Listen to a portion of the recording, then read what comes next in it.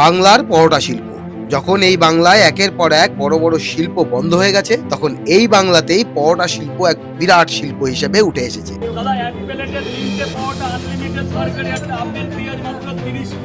রোজ নতুন নতুন মুখ। আর এই ইন্ডাস্ট্রির সুপারস্টার কারা জানেন? রাজু, কাজু, ডিজে অরুণ, শুভ। এরা কিন্তু সাধারণ কেউ নয়, এরা পরোটা ইন্ডাস্ট্রির বিখ্যাত শিল্পপতি। রাজুদার পকেট পরোটা সারা বঙ্গে একেবারে সুপারহিট। লোকজন লাইন দিয়ে দাঁড়িয়ে আছে, দূর দূর থেকে মানুষ আসছে একটা পরোটা খাওয়ার জন্য।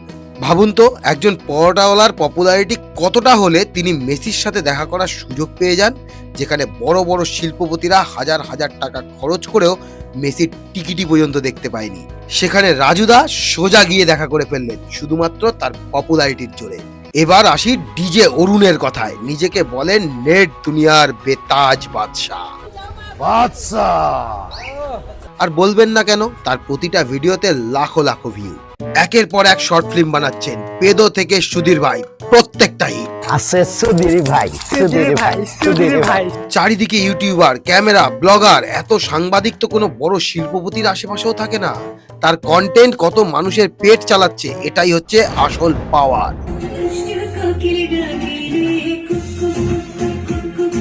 আর কাজু এর আগে রাজুর কাছে কাজ করত, সেখান থেকেই শেখা, সেখান থেকেই ফেম। এখন একের পর এক রিটেল খুলছে। তুমি ওয়াডি করে কি করতে এলে? শুভদার দোকানেরও একই অবস্থা, চারিদিকে লোক, গলায় মাইক, সামনে ক্যামেরা আর লাখ লাখ দর্শক। আমার নাম শুভ, বাঘাযতীনের স্যান্ডগঞ্জ থেকে নাইটি সব খুলে নেবো। এভাবেই বাংলার পরোটা শিল্প আজ বাংলার এক বিখ্যাত শিল্প হয়ে উঠেছে। মানুষের চাহিদা দিনে দিনে বাড়ছে, রোজ নতুন নতুন স্টার তৈরি হচ্ছে। তাই বলছি, একটা পরোটার দোকান খুলে ভাইরাল হওয়ার চান্স কিন্তু এখন পুরোপুরি আছে। কে জানে, আজ আপনি ভিডিও দেখছেন, কালকে আপনার দোকানের সামনে লাইন পড়ে যাবে।